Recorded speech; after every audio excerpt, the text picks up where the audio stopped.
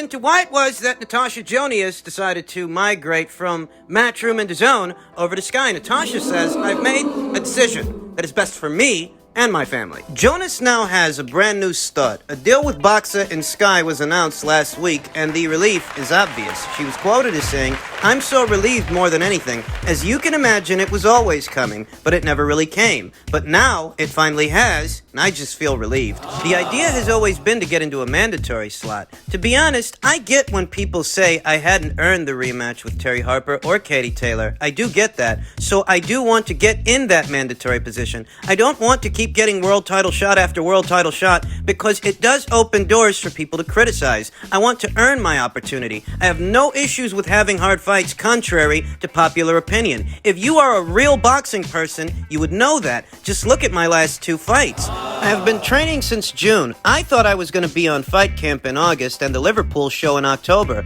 I have had a couple of weeks off to go on holiday with my daughter, but other than that, I have been consistently in the gym since then. To be fair, the Sky commentary deal is an amazing add-on, but the Boxer deal is better than any deal Matchroom were offering, and that includes opportunities, monetary, everything. Even without the Sky Sports deal, the Boxer deal alone is fantastic, but to have both is a double bonus. It was too good an offer to turn down. They being Sky Sports and Boxer, are not scared to pay out the big money. Look at the Clarissa Shields-Savannah Marshall fight. It could have happened a long time ago, but they were not prepared to pay out the money to get it done. So I know I will be supported when it comes down to the money side of it to fight someone big. I know it will be paid. Boxer has said they will pay the money to make the world title fights happen for me. It is the same deal as Matchroom deal, but a better one. And they have also offered me a career during the boxing and after it as well. Eddie knew that and had a chance to match it, and the offer he came back with wasn't good enough. People talk about the Taylor rematch, but it is one fight.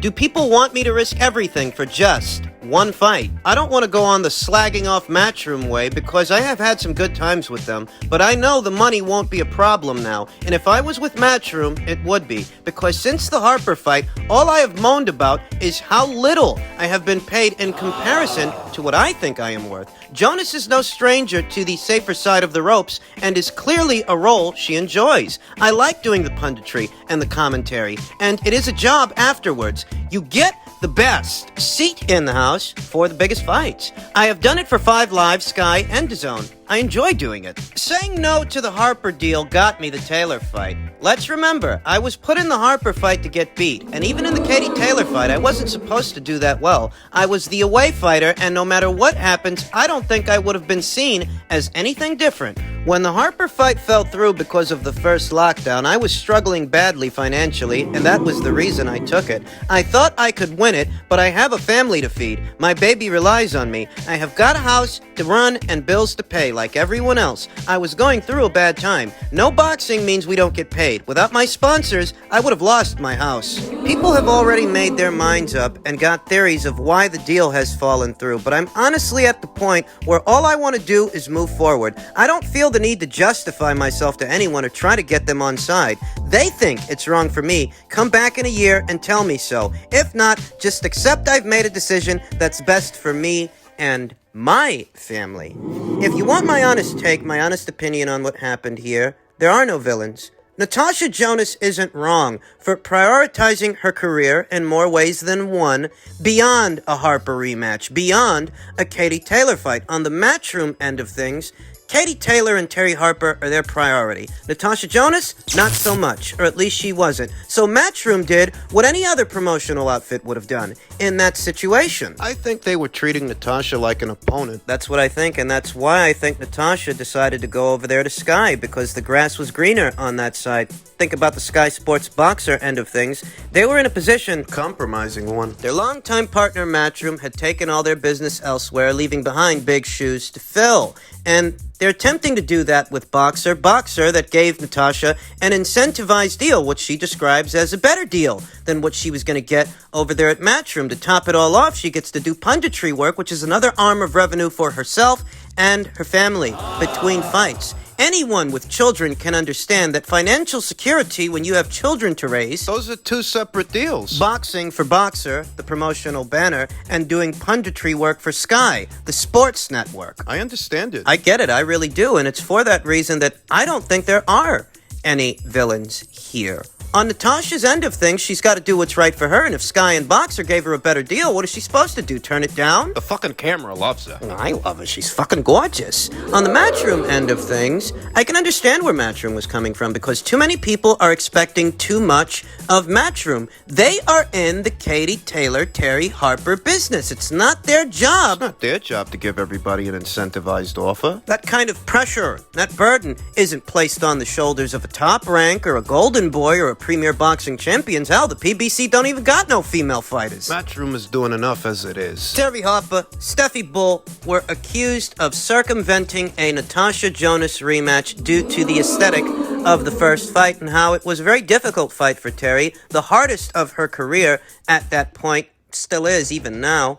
That is, unless Alicia Baumgartner proves to be even more difficult for her this weekend. Better still, there were a lot of people out there that felt that Terry and Steffi avoided the rematch, and that's not the case. Natasha, she said it. Out of her own mouth, says they offered the rematch. It's my understanding Steffi Bull and Terry signed on the dotted line to do the rematch. Terry Harper don't duck no fucking smoke. Look at who she's fighting this weekend. There were a lot of people out there for the longest time now, since that first fight with Natasha, that have been giving Steffi and Terry a lot of stick, and I don't think there are any villains here. I think this is just one of those situations where everybody can't get what they want when they want it. Tasha wanted more money, felt she was being treated like an opponent by Matchroom, and maybe she was, but it's not Matchroom's job. It really isn't Matchroom's job to accommodate everybody. And most of the people criticizing Steffi and Terry and Eddie and Matchroom, they don't expect that of anyone else, so why do they expect it of Matchroom? The very lovely Natasha Jonas went from one hard fight she was supposed to lose straight into another hard fight with no filler fights in between. And that accents how, perhaps Natasha was being treated like an opponent, just an opponent for Matchroom's fighters, Matchroom's Valkyries, and she wants more than that. She's getting it at Boxer and Sky, and I understand it. I understand it on both fronts. I understand where Tasha's coming from, and I understand where Matchroom is coming from. And it's for that reason that I think there are no villains here. And just in keeping with the theme of all things Sky Sports/Boxer, it has been officially announced. Chris Eubank Jr. is going to be taking on the very lively Liam Williams on what looks to be a Sky Sports pay-per-view. I want to say what I said before. I like the fight, though I don't know how the Brits are going to react to this being a pay-per-view. On the undercard of this fight, you're going to see Clarissa Shields return to action against unbeaten Slovenian Emma Kozin. You're going to see Savannah Marshall against an opponent that has yet to be announced. I don't know if the Brits are going to look at this as value for money. Even though it does look to be a solid fight between Chris and Liam, and it looks to be a solid card, shaping up to be one with both Clarissa Shields and Savannah Marshall in action. The undercard's not all the way set yet. There are more names that need to be added. The issue here is value for money, folks. Whether or not those Brits over there across the pond, across the Atlantic Ocean, are going to view this as a pay-per-view worthy card, a pay-per-view worthy event, given what they're already getting from Matchroom and DAZN. For less than what this is going to cost. You think about Parker versus Chisora 2, the rematch, and that card in its entirety, and that card is just as solid a card as this one is, if not more. Without the pay-per-view price tag. Gonna have to take stock of the fan reactions to the news in order to really gauge how this thing might do over there in the United Kingdom as a domestic pay-per-view. As far as the fight itself, Chris Eubank Jr. versus Liam Williams is a solid fight because while Chris Eubank Jr. is a very familiar name and a very familiar face, he has yet to prove himself at the highest levels of the sport, the elite level. You could argue that Liam Williams faltered on the biggest stage that he's ever fought on, his previous fight with Demetrius Andrade for the WBO middleweight title. But he really did give Demetrius a run for his money. Liam fought his fucking ass off. Liam did better in his world title fight than Chris did against George Groves in his world title fight. Chris was outclassed. Liam wasn't. Liam Williams didn't look out of place. You're talking about two action fighters, two action guys, both got a good engine, both guys can take a punch. Liam Williams went 12 rounds with a quality operator, a world-class fighter, a champion in Demetrius Andrade. Could Chris Eubank Jr. stop Liam where Demetrius Andrade could not? And the same is true in reverse. Chris Eubank Jr., he's never been stopped. He's got 1 or 2 losses. But he's never been knocked out. Liam Williams ain't the least bit subtle. When that opening bell sounds, he's got 1 gear, and that's go. Characteristically, up until this point, Chris Eubank Jr. has been a bit of an action fighter himself. He's no sweet science guy. He ain't finesse fighting kind of fighter. Though he's got Roy Jones Jr. in his corner now, training him. And, I don't think that Chris Eubank Jr. is yet the finished product under Roy. He's been with him for 2 fights. He's been on a 5-fight winning streak, and in his last 2 fights, he had the tutelage, the watchful eye of Roy Jones Jr.,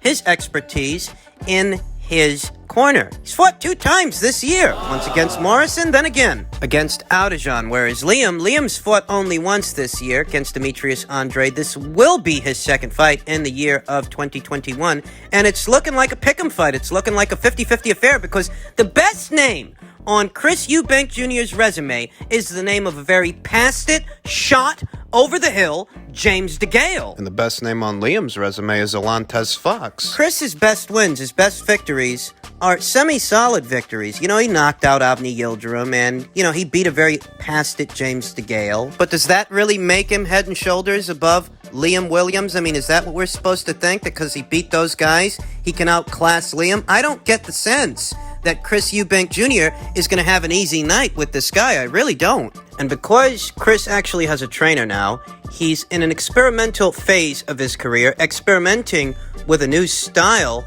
It's hard to say how this fight is going to go. I get the sense, if nothing else, that Liam is going to make him work for it because he made Demetrius work for it. And Demetrius is a world-class operator, world-class fighter, world champion. So I don't think that Chris is going to have an easy night. I said it before and I'll say it again. Liam Williams knows who he is as a fighter. He has an identity, whereas Chris Eubank Jr. is still out there searching for answers, trying to find himself and find his style. You know what you're going to get from Liam. You know what he's going to do, and he does too. But with Chris, it's a mixed bag. I don't really know what we're going to get, aside from an action fight, whether or not he'll be able to weather the storm. That's what we'll find out in December.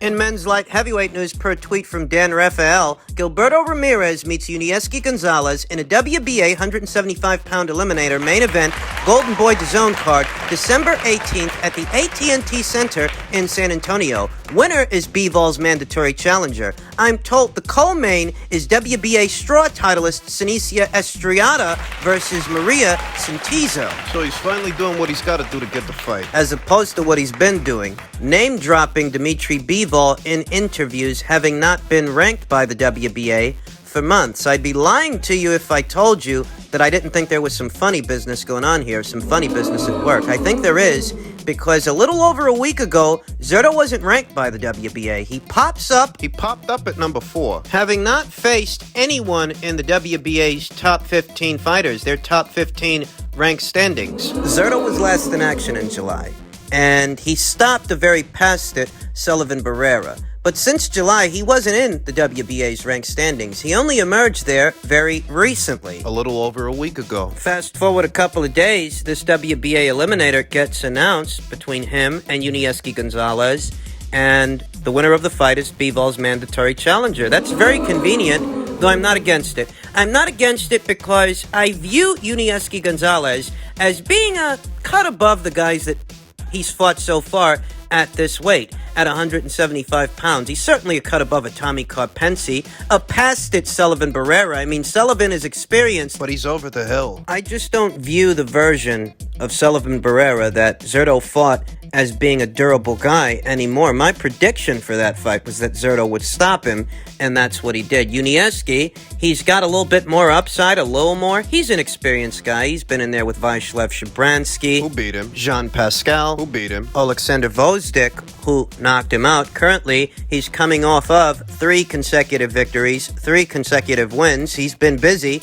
He was in action in October of last year, then again in December. Earlier this year, he was in action against Tommy Carpensi, common opponent between him and Zurdo Ramirez, who he's going to be facing in December. And I'm okay with it. I'm okay with the fight. I'm okay with the winner of the fight being crowned Dimitri Bivol's mandatory challenger, though I will say it's a little strange that Yunieski, who's ranked at number 5, well behind Matchroom's Joshua Buatsi and Zurdo Ramirez, who's also ranked behind Matchroom's Joshua Buatsi. It's a bit strange that a fight between these two guys is being dubbed as a WBA final eliminator instead of Buatsi versus Vlasov. I wonder how Eddie Hearn feels about that, because it seems to be his plan to move Joshua Buatsi, should he win later on this year, from that Vlasov fight straight into a Dmitry Bivol showdown at some point next year. Zurdo Ramirez, should he beat Gonzalez, He might be the one that ends up fighting Dmitry next year. but at least now he's doing more than talking. At least now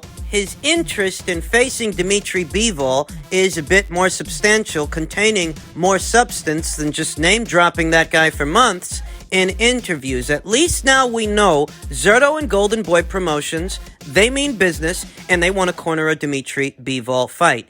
If and when the time comes, if Zurdo beats Gonzalez later this year, and if he becomes Dmitry's mandatory challenger, I don't think that's going to be a Golden Boy Promotion show. I think that's going to be a Matchroom show. Not that it matters anyway, they're both on DAZN. Potentially, defeating Dmitry Bivol would gain Zurdo Ramirez the kind of traction he didn't have on Top Rank, because in spite of having a lot of fucking fights and being a reigning WBO super middleweight champion, Zurdo's career, it never really took off. A big win over a somebody like a Dmitry Bivol at 175 pounds could garner Zurdo the kind of fanfare he didn't have before, the kind of fanfare he ain't got right now. That's if he beats him. For Dmitry Bivol, this could arguably be dubbed the biggest fight of his career so far. I've no doubts the fight would take place in the United States as a Matchroom show, I think, somewhere near south of the border. Or maybe Texas. We'll see. We'll cross that bridge when we get to it. For now,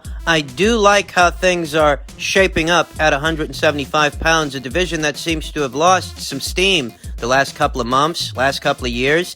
There are a lot of hitters there. There are a lot of good fights to make, and Ramirez versus Bevol is one of them. Yeah, if Zurdo can beat Gonzalez. And I think there's a good enough chance there that he can.